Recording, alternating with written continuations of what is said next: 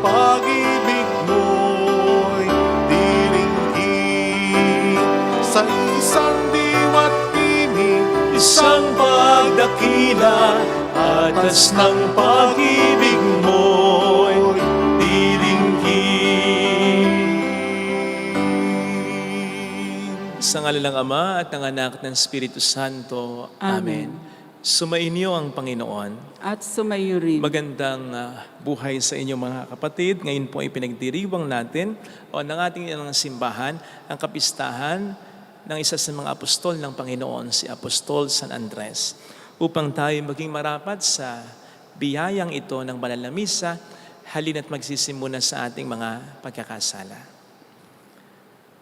Tayo pong lahat, inaamin ko sa makapangyarihang Diyos at sa inyo mga kapatid, na lubha akong nagkasala sa isip, salita at sa gawa at sa aking pagkukulang.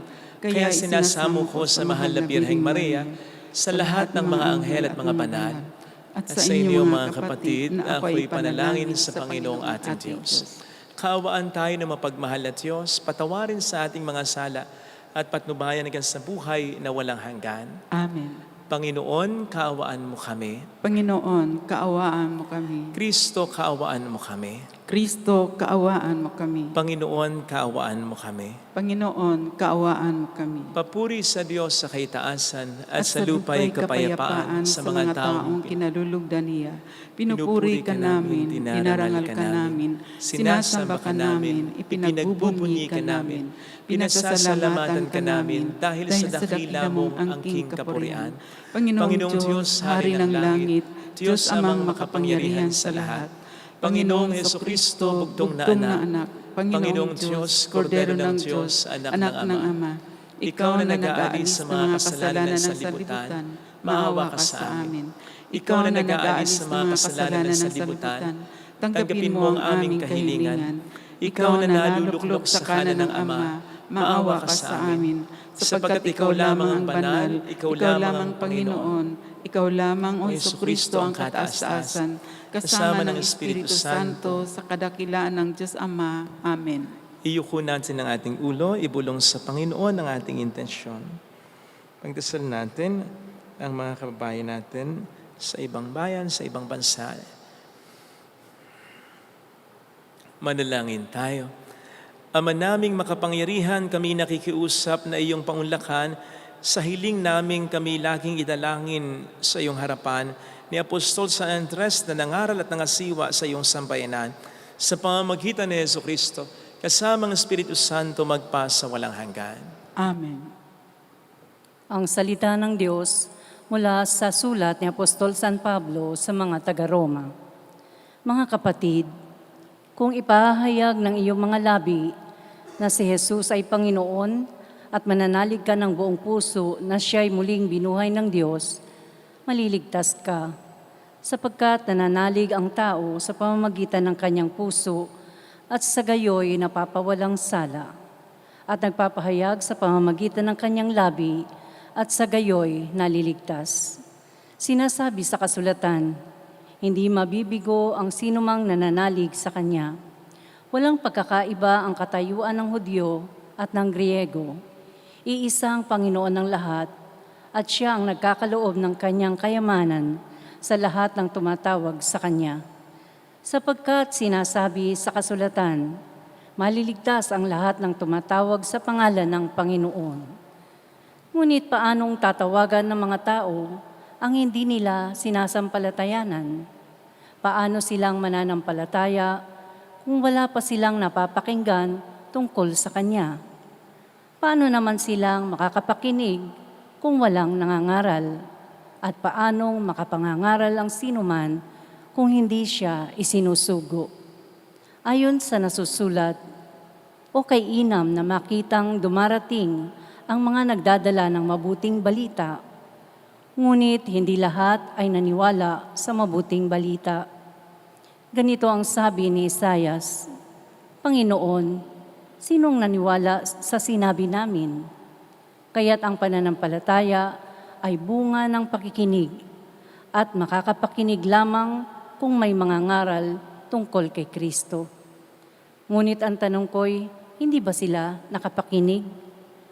Nakapakinig nga sila sapagkat abot sa lahat ng dako ang tinig nila at ang mga salita nila'y laganap sa sanlibutan. Ang salita ng Diyos. Salamat sa Diyos. Laganap na sa daigdig ang kanilang mga tinig. Laganap na sa daigdig ang kanilang mga tinig. Ang langit ay naghahayag na ang Diyos ay dakila, malinaw na nagsasaad kung ano ang kanyang gawa. Bawat araw, bawat gabi, ang ulat ay walang patlang, patuloy na naguulat sa sunod na gabi't araw. Laganap na sa daigdig ang kanilang mga tinig. Walang tinig o salitang ginagamit kung sa bagay, at wala ring naririnig na kahit na anong ingay. Gayunpaman, sa daigdig ay laganap yang tinig, ang balita'y umaabot sa duluhan ng daigdig. Laganap na sa daigdig ang kanilang mga tinig. Magsitayo po ang lahat.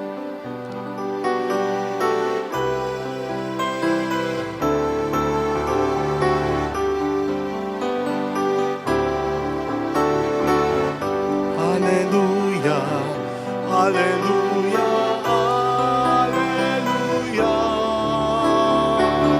hallelujah, hallelujah, hallelujah, hallelujah. Sumainyo ang Panginoon. At sumayo rin. Ang mabuting balita ng Panginoon ayon kay San Mateo. Papuri sa iyo, Panginoon. Noong panahong yon, sa paglalakad ni Jesus sa tabi ng lawa ng Galilea, nakita niya ang dalawang mangingisda, si Simon na tinatawag na Pedro at ang kapatid niyang si Andres. Sila'y naghahagis ng lambat. Sinabi niya sa kanila, "Sumunod kayo sa akin at gagawin ko kayong mamalakaya ng mga tao." Noon di iniwan nila ang kanilang mga lambat at sumunod kay Jesus. Nagpatuloy siya ng paglalakad at nakita rin niya ang magkapatid na Santiago at Juan, mga anak ni Zebedeo. Sila'y nasa bangka kasama ang kanilang ama at naghahayuman ng lambat. Tinawag din sila ni Jesus. Agad nilang iniwan ang bangka at ang kanilang ama at sumunod kay Jesus. Mga kapatid, ang mabuting balita ng Panginoon. Pinupuri ka namin, Panginoong Hesukristo. Kung meron po kayong mababago sa sarili ninyo, I mean, sa pisikal na anyo ninyo, ano yon palagay ninyo? Bibig? Ayaw ba ninyo ng bibig ninyo? Ilong? Mata? Baba? Ako? Paa? Oo, mga paa ko kasi medyo malapad. Nahirapan tuloy akong makakita ng maayos na sapatos para sa akin. Madalas yung sapatos nagugustuhan ko. Ganda ng forma, matibay, praktikal yung presyo, pero hindi talaga nag-fit sa paa ko. Itong dahilan kung bakit sa mga kaibigan kong nagre-regalo sa akin, sabi ko, huwag niyo akong re-regaluhan ng sapatos. Kasi madalas, hindi nag-fit sa akin. Hindi ako komportable. Ito rin ang dahilan kung bakit may inggit kung minsan sa akin kapag nakakakita ko ng mga taong ganda pa. Kasi yun lang eh. Maganda ng pamporma kahit nakachinelas lamang sila. Ito rin ang dahilan kung bakit kapag nagagawi ako ng mall, medyo nalulungkot ako ng konti. Kapag nadadaan ako halimbawa sa Birkenstock, kasi dati, seminaryo, usong-uso na rin yan eh. Maganda naman talaga. Ganda yung forma, elegante. Lalo na yung mga may leather straps. Kung bakit pagsuot ko na, nagmumukha ng tsaka. Masakit pa sa paa. Kasi nga, hindi formado para doon ang aking mga paa. Natuwa naman ako nang mabasa ko ang first reading ngayon. Lalong-lalo na yung Romans 10:15 sa English version na nagsasabing, "How beautiful are the feet of those who bring the good news." And my reaction was, tinignan ko pa yung mga paa ko. Maganda rin pala mga paa ko. Dahil tagapaghatid ako, tagapagpahayag ng Ebanghelyo, ang mabuting balita, si Kristo. O, isipin nga po natin, ano bang balita ang maile-level mo kay Kristo sa Ebanghelyo. Sige nga, anong panama ng mga balita dyan? Halimbawa, ang balita ngayon tungkol kina Vice Gandaan, si Christy Fermin, o kaya tungkol kina Daniel Padilla, Andrea at Catherine. Kahit na pinagkakaguluhan, inaaba-abangan ninyo. At kahit na yung mga magandang balita na meron tayo, pagkapasa sa exam, kakasal ka na, tumama sa ganito, nabili yung ganon, gumaling sa karamdaman, nabuo ang pamilya. Pagsamasamahin man ang lahat ng yan, ang simula at hantungan lang naman din yan ay ang mabuting balita tungkol kay Kristo. Nangyari ang lahat ng mga ito dahil mahal tayo ng Diyos at namatay, muling nabuhay para sa atin si Kristo. Kaya may mga magagandang balita na tulad nito. Besides, huwag na tayong masyadong lumayo pa. Ang pinakamatinding gauge na ito talaga'y mabuting balita na hindi mo ipagpapalit sa ibang mga balita ay yung pandemya. Anong balita ang nagpa-stay ng katinuan ninyo? Anong balita ang nagbigay ng pag-asa sa inyo? Anong balita ang hinahanap-hanap ninyo? Anong balita ang nagbigay ng buhay sa inyo sa kabila ng maraming literally and even figuratively ay namamatay nung panahon ng pandemya? Hindi ba't ang mabuting balita ni Kristo, ang Ebanghelyo, na kahit hindi tayo personal na makapunta ng simbahan, sa social media, nakinabang tayo. Naghanap ba tayo dati? Naging particular ba tayo dati sa chismis? Hindi.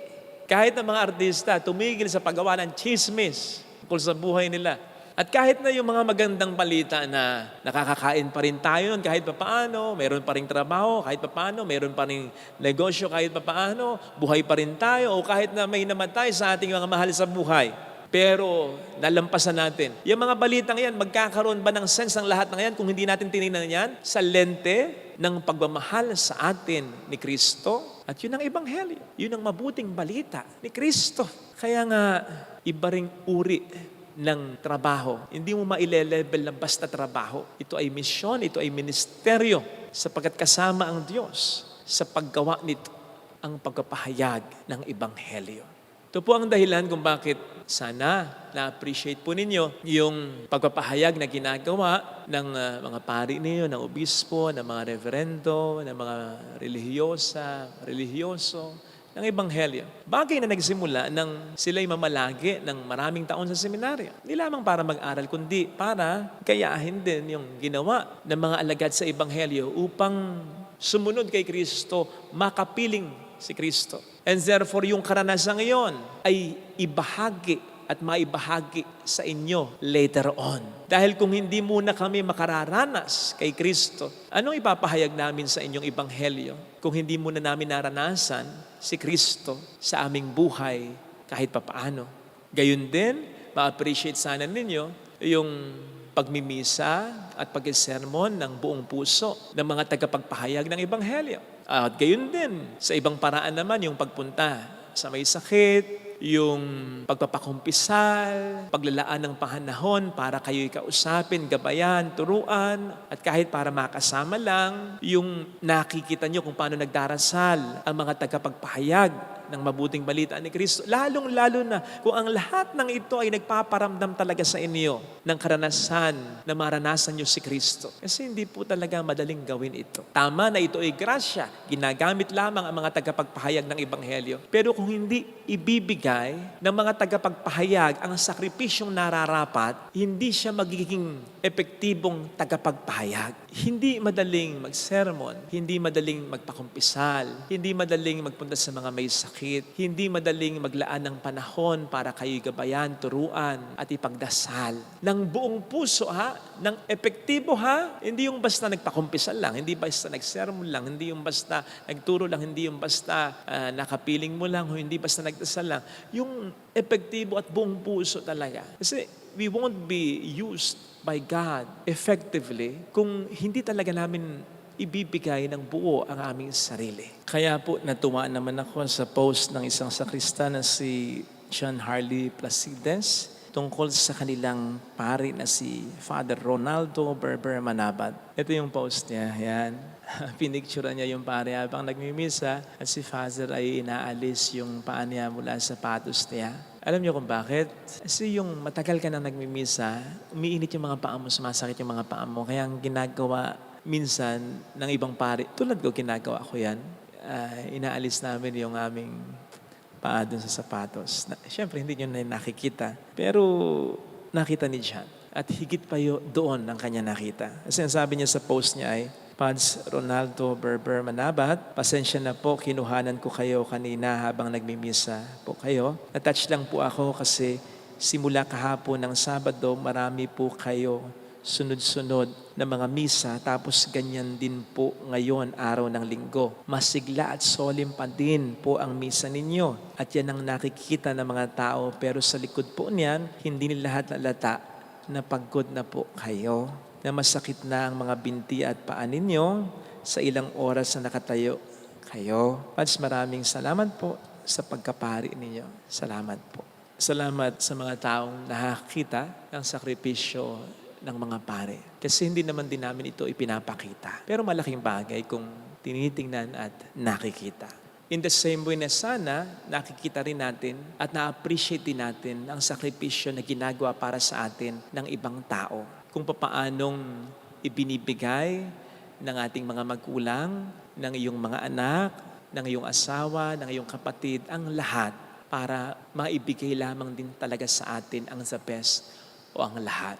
Yung hindi lang basta ina, kundi nagpapakaina. Hindi lang basta ama, kundi nagpapaka-ama. Hindi lang basta minimum, kundi maximum ang binibigay bilang asawa, bilang anak, at bilang kapatid, o bilang tao, bilang kaibigan. Hindi yung basta makapagbigay lang, kundi ibinibigay yung totoong makakayanan. I-appreciate natin yung mga taong ganyan. Dahil, as I said, mahirap ng magbigay, pero mas mahirap yung magbigay ka pa ng higit pa sa inaasahan na matanggap o ibigay.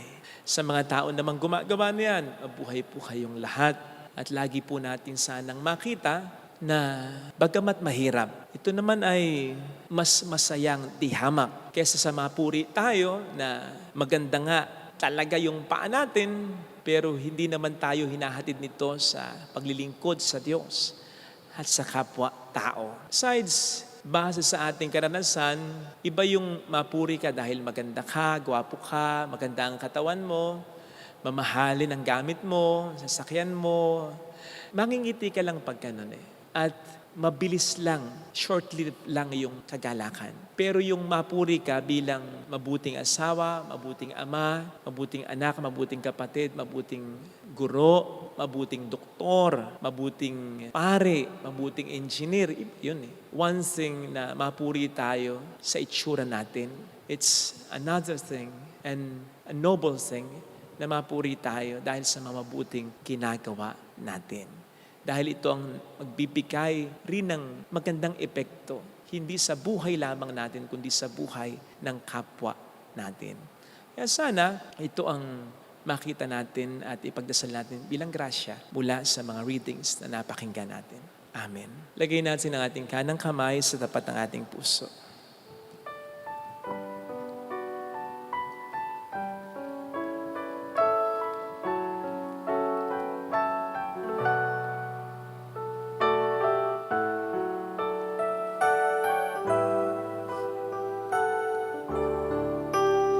Alam kong may magagawa.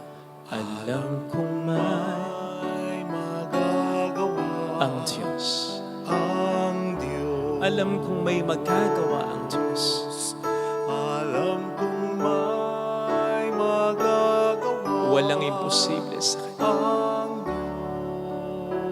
Kung ako'y magtatapat, Kung ako'y magtatapat sa Kaniya'y maglilingkod.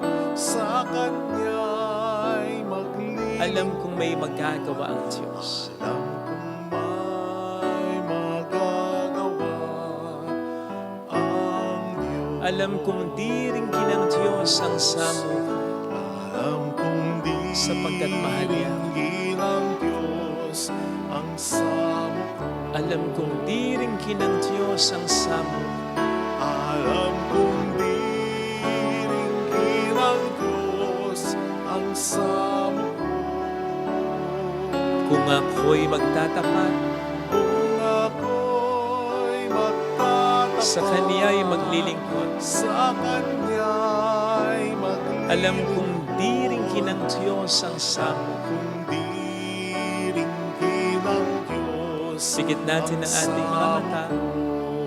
Panginoon, tulungan mo po ako na patuloy na makasunod sa halimbawa na ipinakita mo, na hindi ka masyadong naging partikular sa ano bang sinusuot mo, ano bang itsura mo, ano bang tingin sa iyo ng ibang tao. Mas naging partikular ka sa ikabubuti ng iba. Kahit pa mawala na yung para sa iyo, kahit na maging madungis ka, kahit na mapagod ka, at sa huli, kahit na mamatay ka pa. Yun ang pinaka naging mahalaga sa iyo. Tulungan mo po kami na maging ganito. Hallelujah! Hallelujah! Purihin ang Diyos. Hallelujah! Pasalamatan sa Siya ay muling babalik sa atin. Hindi niya tayo iiwan. Hindi niya tayo pababayaan. Maniwalaan natin. babalik sa atin. Hallelujah! Purihin ang Diyos. Hallelujah! Sa takdang panahon, babalik ang Panginoon upang tayo ay kunin tapat siya sa kaniyang mga pangako sa atin. Sabihin mo sa mayroong magandang mangyayari sa iyo. Higit pa sa inaasahan mo. Basta paggamit ka kay Kristo upang ipahayag ang kanyang mabuting balita, ang pag-asa na galing sa Kanya, ang kabutihan, pagkapatawad at awa na galing sa Kanya, upang ito'y maipahayag sa iyo. Mayroong magandang mangyayari. Kung lalapit kay Jesus,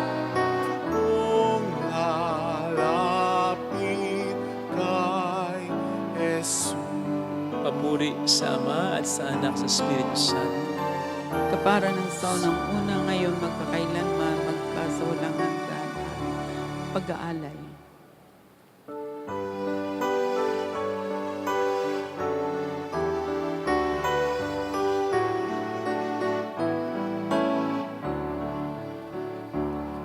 Katulad ng mga buti na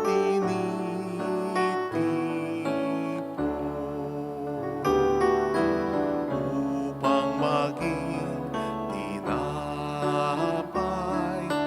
na nagbibigay buhay. Kami nawa'y matipon din at maging bayan mong kiling. Isang Panginoon, isang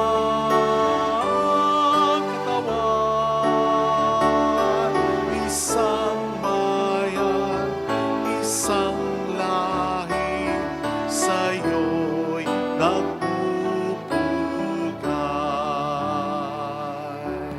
Manalangin tayo, pang ating handog ay maging kalugod-lugod sa Diyos sa mga makapangyarihan.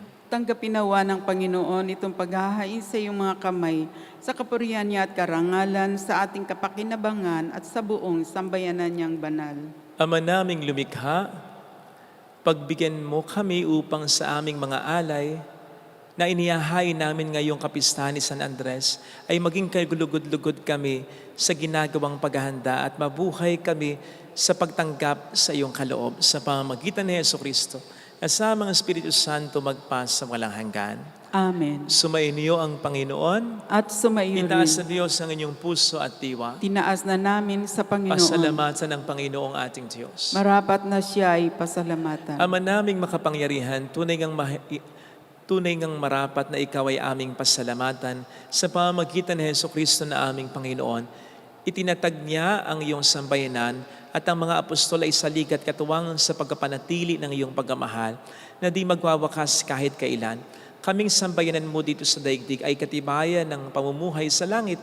Kaming narito ang tagapagpahiwatig sa pagkakaisa ng tanan sa iyong pag-ibig. Kaya kaisa ng mga anghel na nagkisiawit ng papuri sa iyo ng walang humpay sa kalangitan, kami nagbubunyi sa iyong kadakilaan. Santo, Santo, Santo, Panginoong Diyos ng mga hukbo, napupuno ang langit at lupa ng kadakilaan mo.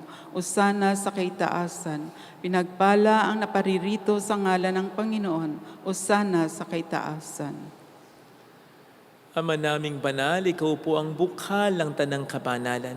Kaya't sa pamamagitan ng iyong Espiritu gawin mong banal ang mga kaloob na ito upang para sa amin ay maging katawan at dugo ng iyong anak na aming Panginoong Hesukristo.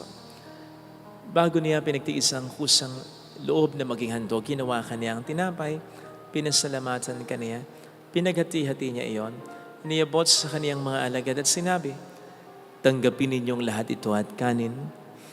Ito ang aking katawan na ihahandog para sa inyo.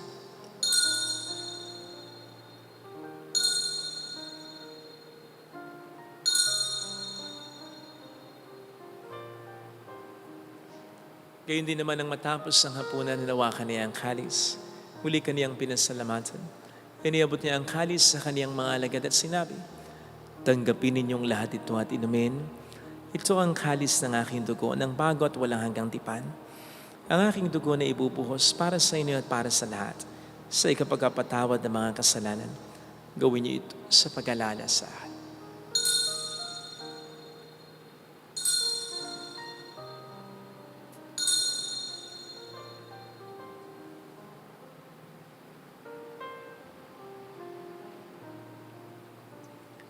Ipagbunyi natin ang misteryo ng ating pananampalataya.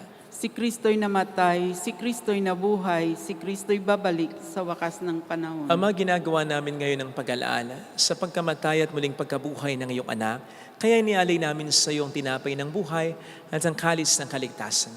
Kami nagpapasalamat dahil kami iyong minarapat at tumayo sa harap mo para maglingkod sa iyo. Isinasamo namin kami na magsasalo sa katawan at dugo ni Kristo ay mabuklod sa pagkakaisa sa pamamagitan ng Espiritu Santo. Ama, lingapin mo ang iyong simbahang laganap sa buong daigdig. Puspusin mo kami sa pag-ibig. Kaysa ni Francisco na aming Papa, ni Janis na aming Obispo at ang Tanang Kaparian, alalahanin mo ang mga kapatid naming nahimlay nang may pag-asang sila'y muling mabubuhay, lalo ng aming mga ipagdarasan. Saglit nating alalahanin ang ating mga minamahal na yumao. Kaawaan mo sila at patuloyin sa iyong kaliwanagan. Kaawaan mo at pagingtapatin kaming lahat na makasalo sa iyong buhay na walang wakas. Kaisa ang mahal na birhen ng Lazaret, ang ina ng Diyos.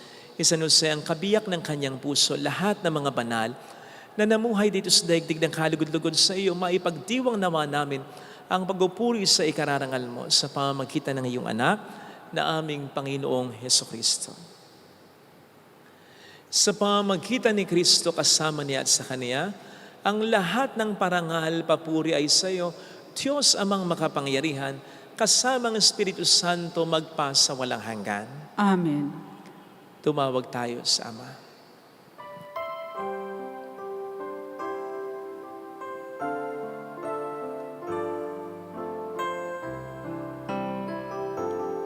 Ama namin, sumasalangit ka, sambahin ang ngalan mo, mapasa amin ang kaharian mo, sundin ang loob mo dito sa lupa para nang sa langit. Bigyan mo kami ngayon ng aming kakanin sa araw-araw at patawarin mo kami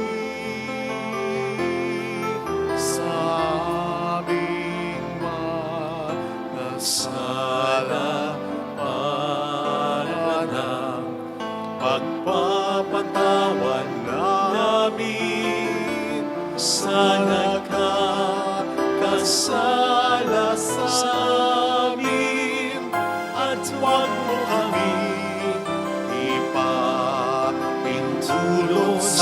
puso at niyadya mo kami sa lahat ng masama. Iniling namin kami, Adya, sa lahat ng masama, pagkalooban ng kapayapaan na araw-araw, iligtas sa kasalanan sa kapahamakan, lalo na sa mga seryosong karamdaman. Samantalang aming pinaghahandaan ang dakilang araw ng pagpapahayag ng tagapagligtas namin si Hesus Kristo. Sapagkat iyo ang kaharian, ang kapangyarihan at ang kapurihan magpakailanman. Amen. Panginoong Hesus Kristo, sinabi mo noon, sinasabi mo rin sa amin dito ngayon, kapayapaan ang iniiwan ko sa inyo. Ang aking kapayapaan ang binibigay ko. Tunghayin mo ng aming pananampalataya, wag ang aming pagkakasala. Pagkalooban mo kami ng kapayapaan at pagkakaisayon sa iyong kalooban, kasama ang Espiritu Santo magpasa walang hanggan. Amen. Ang kapayapaan ng Panginoon ay sumainyo nawang lahat. At sumayo rin. Magbigayan tayo ng kapayapaan sa isa't isa. Espiritu, kapayapaan po. Kordero ng Diyos na Diyos nag-aalis. na mga kasalanan ng sanlibutan, maawa ka sa amin. Kordero ng Diyos na nag-aalis ng mga kasalanan ng sanlibutan, maawa ka sa amin. Kordero ng Diyos na nag-aalis ng mga kasalanan ng sanlibutan, ipagkaloob mo sa amin ang kapayapaan. Narito sa harap natin ang Panginoon, ang ating buhay at kaligtasan, mapalad tayong inaaneyahan. Panginoon, hindi ako karapat-dapat na magpatuloy sa iyo, ngunit sa isang salita mo lamang ay gagaling na ako.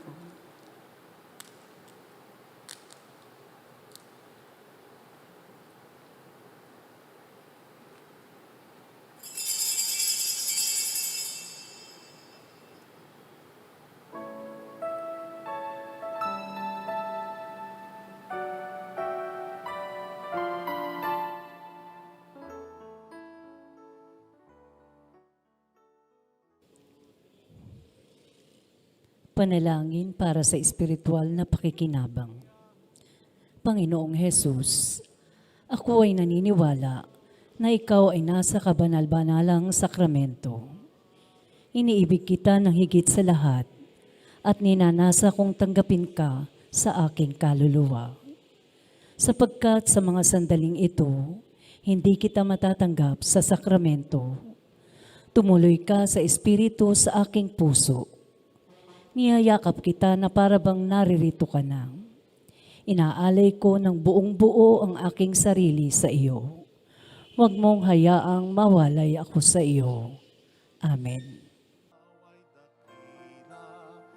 Kabaitan mo'y awitin tuwina.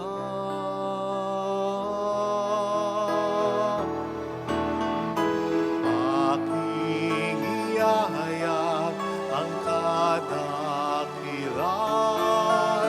ng aking Diyos. Pasasalamatan siya at pupurihin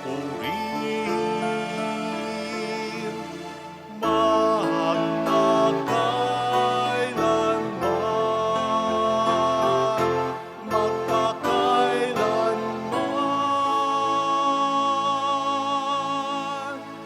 Manalangin tayo.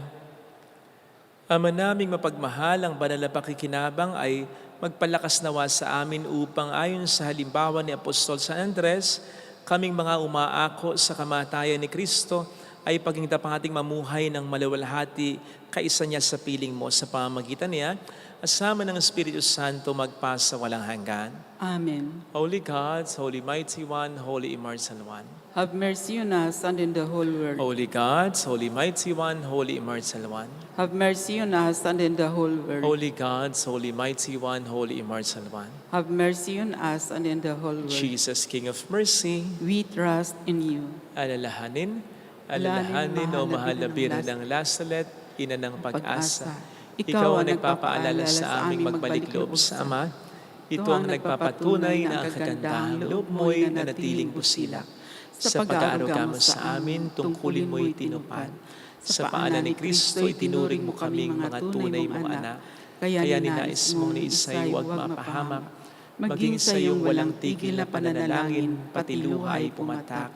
Huwag namang mawala ng saysay ang iyong paghihirap. Hiling nawa namin sa iyo, o aming inang liyag, na matapos ang pakikibaka namin sa mundong ito at sa pananatili naming tapat kay Kristo, sa kapurihan mo'y makibahagi kaming ganap, upang kung nasaan ka ngayon ay maparoon din kaming lahat, at ang kaganapan ng kalwalhatian ng Diyos Ama ang may tuluyang matupad. Siya nawa. Mahal na Birhen ng Lasal at tagapagkasundo ng mga makasalanan. Ipanalangin mo kami walang patid kami mga dumudulog sa iyo. Maraming salamat po sa patuloy niyong pagsubaybay, lalo na po ang pagtulong po ninyo para sa parokyang ito, sa pamamagitan ng panalangin niyo at sa mga tulong na pinapadala po ninyo diretsyo through our GCash and bank account. Maraming salamat. Sumayin niyo ang Panginoon At sumayo rin. pagpalain kayo kasama ng ating pamilya na mapagmahal na Diyos, ng Ama at ng Anak at ng Espiritu Santo. Amen. Umayo tayo sa kapayapaan ni Kristo. Salamat sa Diyos.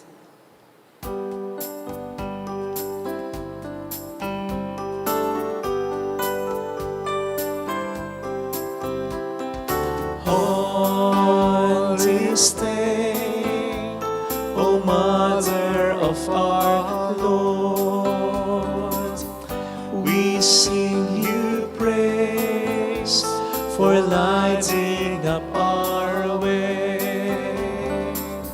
Your tears did soften up the hearts of men and they still do today. May our love for you bring comfort in your pain. They saw a great light near the spring, and then it lowered and they saw it part.